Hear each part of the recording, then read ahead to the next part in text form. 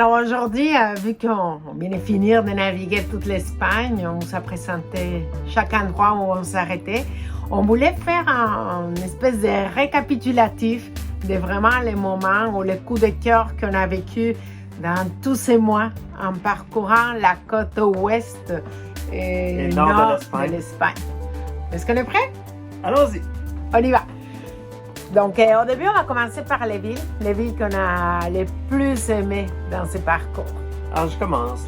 Ma ville coup de cœur pour tout l'été au niveau de l'Espagne est la ville de Santander pour son dynamisme, ses plages, sa vie urbaine. En plus, il faut dire qu'on est arrivé dans la Semana Grande. Ah, ça ajoutait beaucoup à l'ambiance, c'est vrai. Un festival local. C'est pas un festival, c'est la fête la plus importante. C'est pas n'importe quelle petite fête. Donc, c'était une ambiance. La vie en Espagne, c'est très festif, mais cette semaine-là, c'est particulièrement agréable à rester à l'extérieur. 1h du matin, il y a du monde, ça chante, ça danse. C'était vraiment une très belle expérience. C'est une ville qui est toute en colline et c'est la première fois que je voyais des escaliers automatiques, des escaliers roulants en pleine ville, à l'extérieur. Donc, je ne savais pas que ça se faisait. Oui, c'est vrai que c'était tellement à pic à cet endroit-là. Oui. Sinon aussi, pour moi, une des villes que j'ai beaucoup aimé, mais bon, il faut dire que c'était après les 11 jours de navigation, c'était Bayona. Ça nous a rapporté un réconfort. C'était très, très joli aussi. Après tous les mois qu'on a vécu aux Açores, retrouver cette architecture d'Espagne complètement différente. L'ambiance de soirée était vraiment fabuleuse. Oui, donc ça, c'était aussi très, très joli pour nous, Bayona. Le deuxième point qu'on veut parler, c'est les dangers de la côte espagnole pour la navigation. Ce qui nous retient, ce qui a retenu notre haleine tout l'été dans notre navigation. En partant, on va parler des bouées. Il y a énormément de bouées le long de la côte espagnole, jusqu'à 4-5 000 nautiques loin de la côte. Et dans nos navigations, il fallait être très attentif à chaque instant pour les éviter. On zigzaguait à travers les bouées. C'est vrai parce qu'en plus, ils ne sont pas très, très identifiés. C'est juste un petit drapeau haut comme ça, noir au bleu marin.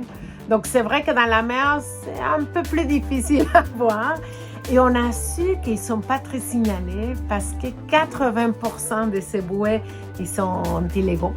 Donc, ils ne veulent pas non plus que la police les repère facilement. C'est vrai que c'était un sujet qui nous empêchait beaucoup aussi de naviguer la nuit parce que ça peut être que ce soit juste un cassier, donc attaché à une corde, un cassier qui va profondément et ça s'arrête là. Donc, on a peut-être un peu moins de risque de l'attraper dans l'hélice ou dans notre safran. Mais en certains cas, quand il y avait une d'un côté et un peu plus loin l'autre dans la même ligne droite, ça veut dire qu'il y avait un filet qui les reliait au milieu. Donc ça, c'était immanquable de prendre le filet dans l'hélice. Et là, ça équivaut à une plongée obligatoire presque. Et qui aurait plongé, évidemment? Pas moi! Donc, on a voulu aller au-delà de la chance, mais vraiment être très, très attentif. Et dans tout l'été, on n'en a eu aucun, heureusement. On a été peut-être un petit peu chanceux. Il y a des amis qui, eux, en ont attrapé, malheureusement. Deuxième danger de la côte espagnole. Les orques. Ils nous ont hanté toute la navigation espagnole. Mais honnêtement, on se sentait plus en sécurité le fait d'être en flottille. Donc, on avait notre code. On a pêché du gros. Parce qu'il y avait une histoire qu'apparemment, dans les côtes espagnoles, quand les pêcheurs y entendaient qu'un voilier s'avait fait attaquer par les orques, venaient brouiller toutes les lignes de la VHF. Donc, on ne pouvait plus communiquer avec les sauvetages maritimes. Et c'était les pêcheurs qui prenaient les appels de détresse et qui allaient chercher les bateaux en danger. Et pour cela, ils demandaient des fois une rançon de 7 000, 3 000. C'était vraiment, selon la grandeur du bateau, ça allait la demande de l'argent. Donc, nous, on avait décidé de créer ces codes. Ça veut dire, un des 4 autres bateaux, il fait demi-tour, il va aller chercher le bateau qui a pêché du gros. Et en fait, l'histoire des orques, ça fait 2 ans qu'ils attaquent le safran du voilier et ça le laisse... Non manœuvrant. Sans le safran, on n'a plus de direction sur un voilier. Et pourquoi qu'ils viennent mordre le safran? Ils partent avec le safran dans la bouche comme un trophée. Personne ne sait. On a entendu toutes les théories, évidemment, tout l'été. Mais la cause exacte, bon. On ne la sait pas encore.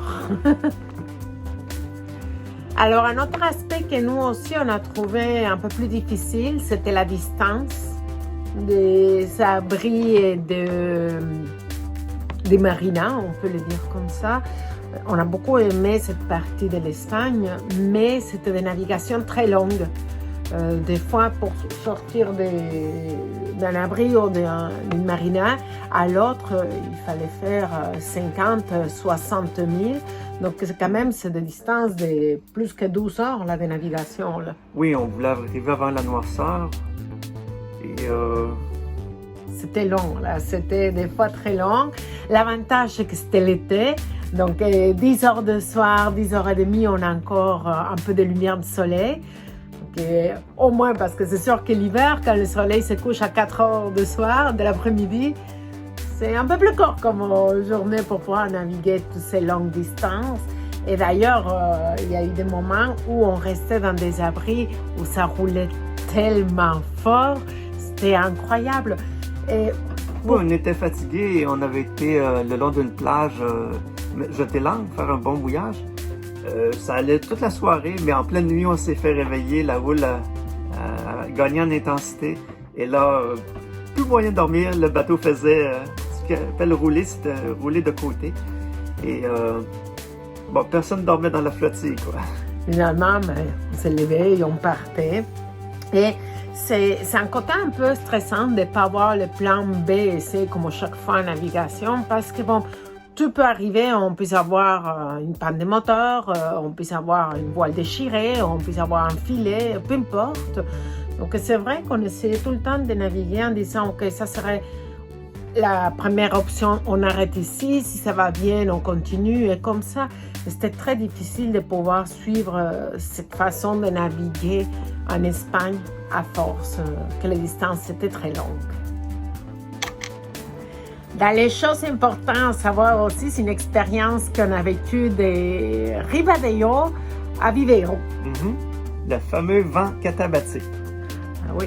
On avait appris ça dans la théorie, mais de le vivre en réel, on y a goûté. Alors essentiellement, ce qui est arrivé, c'est que le vent, cette journée-là, venait du continent. On était au nord de l'Espagne, donc le vent était du sud et passait à travers les grandes montagnes d'Espagne avant d'arriver à la mer. Et la journée annonçait une superbe journée à maximum 15 nœuds de vent. Alors on a levé les voiles pour se rendre vers Viveiro et tout allait bien jusqu'à l'heure du midi. Et de midi jusqu'à 7 heures le soir, non-stop, les rafales ont commencé. Des rafales de 30 à 40 nœuds et pas constantes. Ils duraient 1 minute, 1 minute et demie, puis ils arrêtaient. Et 2 minutes à 5 minutes plus tard, ils recommençaient. Et c'était comme ça pendant des heures. Mais surtout, c'était des heures, mais aussi, comme tu viens de dire, non stable, mais on passait de 40 nœuds à 15 nœuds.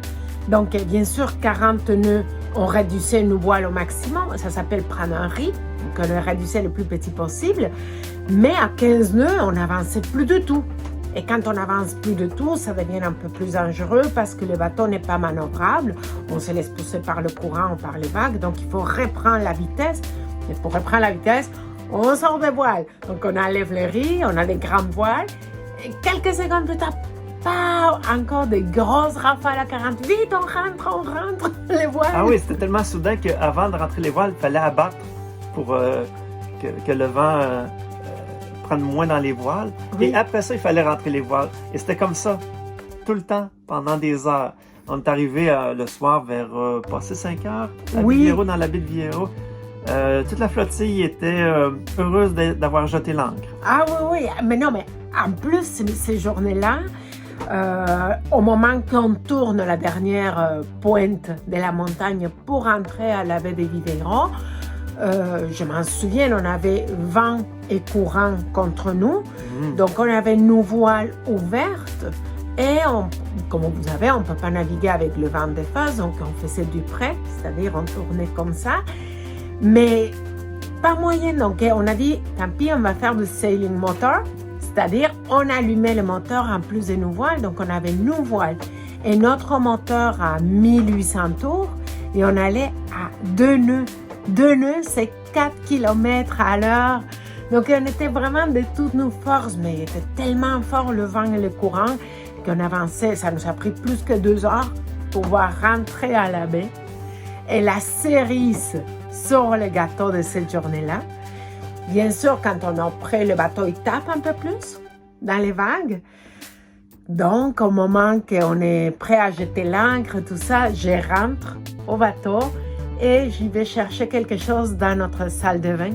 Et au moment que j'ouvre la porte de la salle de vin, on a 120 litres d'eau qui se sont déversés dans notre salle de vin. Donc, toute la cabine, toute notre chambre était mouillée, les planchers, tout.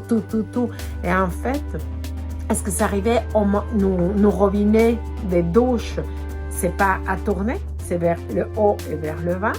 Donc, au moment qu'on a tapé dans une vague, un des objets, il a accroché le robinet, donc il a ouvert. Et c'est comme ça que tout notre réservoir d'eau douce s'est déversé. Les shampoings se sont ouverts. Donc, à l'avantage, c'est que ça lavait en même temps les cales. Tout ça moussait. Au moins, c'était de l'eau douce. Oui. Et propre. Ça sentait les shampoings. Mais depuis, on navigue jamais avec la pompe pressurisée.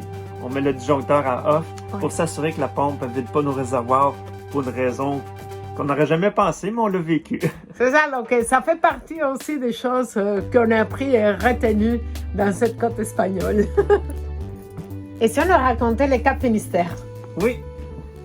On ne savait pas que c'était un danger en tant que tel pour la navigation côtière en Espagne, mais on l'a su par la flottille, des gens de 30 ans d'expérience qui nous racontaient qu'ils craignaient beaucoup cet endroit. D'ailleurs, les Français, quand ils passent le golfe de Gascogne pour se rendre vers Portugal, ils doivent passer par le Cap Finistère. Et tant qu'ils ne l'ont pas passé, ils disent qu'ils n'ont pas dégolfé. Une fois qu'ils l'ont passé, ils ont dégolfé et ils se sont sortis d'un danger, finalement, d'un danger de navigation. Oui. Et en fait, le Cap Finistère il est considéré le point le plus à l'ouest de l'Europe. Bon, là, entre les Portugais et les Espagnols, il y a une petite bataille que le plus à l'ouest est au Portugal, le plus à l'ouest est à l'Espagne. Donc, on va dire de l'Espagne. C'est la pointe la plus à l'ouest. Et il y a un phénomène de vent. Oui, c'est un endroit où c'est que les vents sont amplifiés. Il y a une amplification. Et ça se peut qu'une journée, il annonce un 15 nœuds de vent, mais finalement, que la météo se trompe et on se ramasse avec des pointes de 30 à 40 nœuds. Et ça peut vite être, on pourrait dire, dangereux ou des conditions très difficiles qui pourraient être pointées. Mais nos amis qui avaient beaucoup d'expérience, eux, le craignaient beaucoup. Alors, nous, on s'est dit, bon, on ne savait pas, mais on va le craindre nous aussi beaucoup. On va les suivre dans cette peur. Alors, les fenêtres météo qu'on a pris pour passer le Cap Finistère, c'était une journée qui annonçait pas de vent et qui n'avait pas de mer. Donc, on l'a fait au moteur. Les 2 fois, à l'aller et au retour. Et on est vraiment très content de l'avoir fait comme ça. Parce que quelques mois plus tard, on a su des amis qui l'ont passé aussi dans des conditions un peu plus difficiles. Et ça a été très, très difficile. Leur bateau, il a souffert beaucoup au niveau du matériel. Il y a eu des bris et tout. Donc, on n'est pas rendu à prendre ces risques. On est très content de choisir des moments plus calmes quand les gens ils nous avertissent de certains phénomènes. Je pense que dans la mer, le plus important, c'est la respecter, rester humble devant tous ces phénomènes qui puissent exister et que les gens ils l'ont vécu déjà aussi. Donc, on est preneur de toutes les expériences. Un autre sujet qu'on a beaucoup aimé aussi, parlons des parcs qu'on a visités. Je vais commencer par le parc national qui nous a vraiment épatés et éblouis. C'est le parc des îles Siès. Alors, Siès, ça s'écrit C-I-E-S. Ça se retrouve dans la ria de Vigo, à son embouchure. et très populaire d'ailleurs pour les gens de Vigo et de la région. Il y a une navette qui les emmène à toutes les heures, aller-retour, pour visiter ce parc national-là. Nous, on y a été, on a eu la chance d'y aller en voilier, de mouiller dans la baie principale, et les sentiers qu'il y a dans ce parc-là sont vraiment wow! Et on était aussi dans la période de nidification des ouelans. Oh, c'est tellement mignon, voir les petits ouelans. Oui, c'est une réserve faunique autant maritime que terrestre. Donc, tout le tour des îles Siès, on n'a pas le droit de pêcher.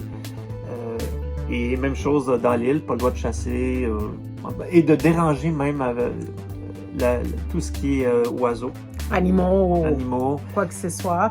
D'ailleurs, on a dû demander une permission pour pouvoir jeter l'ancre.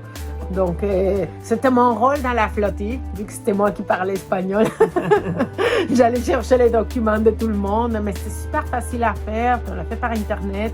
On envoie les informations du bateau, combien de personnes à bord on est, les noms des capitaines. Et 24 heures plus tard, plus ou moins, on reçoit la confirmation comme quoi on peut y être ici.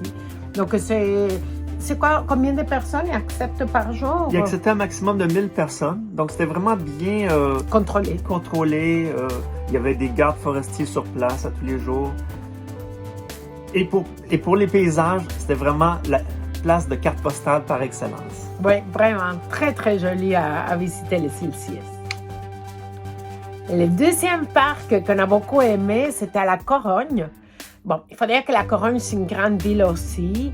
Et tout au bout, la partie qui longe la mer, il y a la tour d'Hercule, que c'est le phare le plus ancien au monde, qui est toujours en fonction. Ça date de l'époque des Romains. C'est sûr qu'il a été refait, mais à l'intérieur, c'est l'original et c'est vraiment époustouflante à visiter. Ça vaut la peine, tous les escaliers qui montent et qui ne finissent jamais après une bonne montée de 20 minutes à peu près là. Donc c'est très très intéressant à visiter. Voir la construction avec les pierres, à l'époque, il y avait les outils, on remonte à plus de 1000 ans là. C'est vraiment impressionnant. T'en es bouche bée qu'il ait réussi cet exploit d'architecture à l'époque des Romains. C'est ça, et à l'extérieur, il y avait les menhirs aussi. Oui, la ville, en fait, ça fait un grand parc qui entoure la tour d'Hercule. Et la ville a lancé un concours il y a une vingtaine d'années avec les sculpteurs de la région pour qu'il y ait chacun un thème. Et il y a 12 œuvres sculptées dans le parc à voir, dont les menhirs. Oui, c'était vraiment très, très joli à voir. La Corogne et sa tour d'Hercule. Prochain sujet, notre musée favori de tout ce qu'on a visité dans l'été, c'est le musée de Bilbao, le Guggenheim, qui sort vraiment du lot. Vraiment, c'est très très joli. Moi, je les connaissais de l'époque que j'avais vécu en Espagne, mais c'est toujours une découverte, l'effet qu'à l'intérieur, bon, il y a les œuvres permanentes, mais il y a aussi beaucoup de salles où ça change les expositions, donc peu importe combien de fois on l'a visité, il y a tout le temps des nouveaux dans ce musée-là. Même le musée en tant que tel, sans ses œuvres, est un bijou en soi à voir, autant de l'extérieur que de l'intérieur. C'est toute une œuvre en soi au niveau de l'architecture, au niveau de la construction aussi. Et ce musée-là a mis la Bilbao sur la carte. C'est une ville qui était en déclin économique avant qu'il installe le musée. Et le musée a tellement amené de touristes, a tellement amené la région de Bilbao sur la carte touristique qu'il l'a appelé l'effet Bilbao. Tout à l'heure, on vous a parlé des grandes villes qu'on avait aimées, mais il y en avait aussi les petites villes qu'on a trouvées super mignonnes. Moi, mon coup de cœur, c'est Cudillero. D'ailleurs, c'est là que j'ai fêté mes 47 ans. Donc, c'est une ville qui est vraiment dans une colline. Les maisons, ils sont construites vraiment tout le flanc de la colline. C'est super joli, très coloré. C'est une découverte incroyable. tous ces commerces, tous ces restaurants, et comme toujours, la vie en Espagne qui est super festive. Pour moi, c'était vraiment mon coup de cœur. Et en plus, dans le Cordillero, ils ont aménagé 3 sentiers pédestres selon chacun une couleur pour se retrouver. Et les sentiers passent à travers les montagnes. Dans le flanc de la montagne, on arrive dans la cour des petites maisons et on se promène comme ça dans les escaliers. Et à chaque fois qu'on arrive en haut du sentier, on a une vue à couper le souffle sur la ville. L'idée est vraiment très originale. Oui, on peut dire même coucou à la petite dame qui fait sa cuisine ou l'autre qui est en train de faire son lavage. C'est vraiment joli comme concept qu'il y a à Cordillero. Oui. La deuxième est pour toi. Ton coup de cœur à toi, c'était? Sant'Antonia. Vraiment très joli. De loin, ça semblait une petite ville, bon, on ne sait pas. Et quand on se rend sur place, on commence à se promener. Alors, on a vraiment un coup de cœur au niveau de la vie sur place, les grillades de sardines sur le marché. Plein de surprises, même les fruiteries, la façon que les gens vivent là-bas. Il y a comment je pourrais dire, ça ressort un petit peu de l'ordinaire. Il y a même un des plus vieux centres de taureaux au monde. C'est-à-dire que il y a tout le temps un petit plus au monde dans chaque ville, mais lui, c'est la reine, c'est qui est situé le plus près de la mer au monde. Alors, des fois, même quand la marée est montante, il y a de l'eau qui monte dans l'arène pendant que le taureau fait son spectacle. Oui, les corridas, c'est les corridas de taureaux. Donc, oui, elle était très belle. Une autre petite ville que je trouve très belle, parce que bon, c'est ma famille qui habite là aussi, c'est Castro Urdiales. Il est dans les Pays Basques. Très, très bien préservé, ce petit village, cette ville. Et on peut dire que tous les habitants, ils se sont battus pour ne pas avoir une marina. Donc, ça préserve beaucoup l'environnement aussi. Il y a juste des bouées. Donc, quand on arrive en voilier, bien sûr, il faut demander la permission. Et on ne jette pas l'ancre. Donc, on n'abîme pas non plus les fonds marins. On s'accroche à la bouée. Parce que c'était génial. Il y avait un service de navette de notre bateau à terre. À volonté. 24 heures sur 24. Tous les jours de la semaine. Donc, on les appelait par la radio et on disait on est la bouée numéro... Je ne me souviens pas le numéro qu'on était.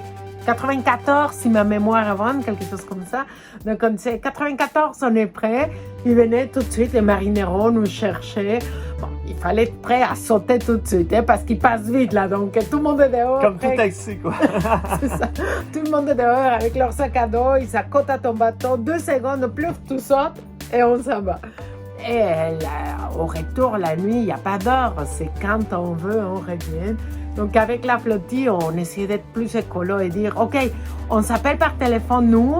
Dès qu'on est prêt, on demande de venir chercher les 4 bateaux. Tout le monde doit être prêt au même temps. Donc, comme ça évitait de faire d'aller-retour juste pour une famille. C'était vraiment très, très rigolo d'utiliser ce système de navette parce qu'on n'a pas le droit d'utiliser notre annexe pour se rendre à la ville. Donc, c'est un service qui est obligatoire à prendre. Au niveau de la vie sous-marine, c'est un des rares endroits qu'on avait autant de calmars. Oui. Et on voyait l'eau était très, très claire. Donc, il avait vraiment gagné le point sur la pollution à Cordillero. Oui. Non, pas Cordillero, à Castro Urdiales. On va parler maintenant des boutiques et marchés qu'on a plus aimé. Vas-y, je te laisse, j'ai trop parlé. OK. Moi, ma boutique préférée, elle se retrouve à Bayona. C'est une boutique de fruits, légumes, noix, pain. Et tout ce qu'on prenait, c'était toujours à point et super bon. Elle se démarquait vraiment de tout ce qu'on a vu ailleurs en Espagne. Oui, tu t'en souviens, même la journée, on a acheté une caisse de cerises. Et elle n'a même pas fait une journée. C'était vraiment délicieux, là. Ah, tout à fait. Ouais. Sinon, au niveau de la lignée nourriture comme ça aussi, il y avait un marché qu'on a beaucoup aimé, c'était à Cangas, c'était le dimanche.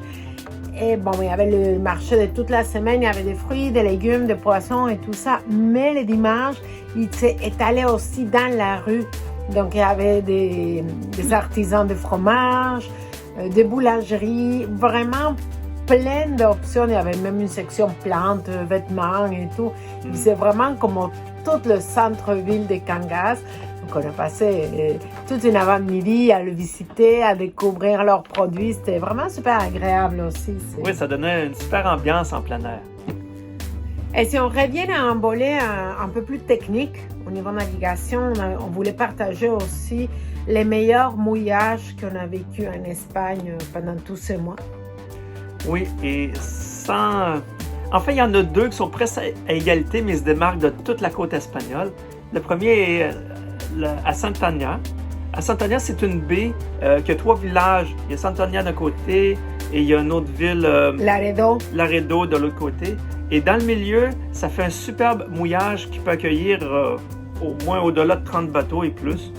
On est en super sécurité. L'eau est chaude en plus chaude que l'eau de la mer d'au moins 4 à 5 degrés. Et, oui, parce qu'il est au fond. Oui. C'est une baie qui est au fond. Protégée par une belle langue de sable. Donc, génial pour ça. Et la deuxième place, c'est Viviero, qui est au fond d'une ria, au fond d'une baie, près de la ville de Viviero. C'est super protégé. On est... Et si jamais il y avait disons, un danger à venir, il y a une marina qui est encore mieux protégée juste à côté. Mais nous, on n'a pas eu à y aller tellement on était bien dans cette baie-là. On était au mouillage pendant plusieurs semaines. Oui, plus que 3 Rien semaines. à redire, et vraiment sécuritaire. Oui. Et on ne va pas finir cette capsule sans vous dire notre top de toute l'Espagne. C'était les churros con chocolate de Santander à Ávila. Il n'y a pas de mots pour décrire comme c'était délicieux. En fait, churros con chocolate, c'est une tradition espagnole. L'époque que j'ai vécu en Espagne, après aller en boîte de nuit, à 3 heures du matin, on allait chercher des churros con chocolate. C'est un chocolat épais. Vraiment, soit il se mange à la cuillère, un peu plus liquide qu'un pudding, mais beaucoup plus épais que le chocolat à boire direct à la tasse. Et on prend les churros qui viennent d'être frits et roulés dans le sucre et on les trempe dans ce chocolat. Mais dans ces restaurants, c'était pas trop sucré, c'était un chocolat, moi je dirais en 70%. Donc il n'y avait pas les côtés que ça te tombe dans le cœur tellement il est sucré. Vraiment, c'est la place où il faut y aller. On a discuté un peu avec le propriétaire et c'est drôle parce qu'il a été sollicité à plusieurs reprises pour faire des succursales à Madrid, à Barcelone, même au Mexique, tout. Et il a toujours refusé. Donc, c'est toujours le propriétaire qui est des matins à après-midi. Ils sont fermés le soir pour servir ses clients. Mais ça ne l'intéresse pas du tout de faire des franchises parce que pour lui, le succès aussi de son établissement, c'est pouvoir discuter avec la clientèle. Donc, ça devient comme un lien d'amitié. C'est un peu aussi cette raison qui a fait son grand succès d'établissement. Donc, à ne pas oublier, les churros con chocolate Ávila à Santander. Et sur ça, on vous souhaite une super belle journée. On espère que ça vous a plu, cette petite vidéo différente. Et n'hésitez pas si vous avez des questions. Oui, des questions. Par rapport à nos coups de cœur ou autre chose. Oui, ou même d'envie qu'on parle d'un autre sujet. On est toujours là, on le fait pour le partager avec vous. Donc, on est ouvert à tout ce que vous avez envie. Bon, faites attention quand même. Allez, bye bye.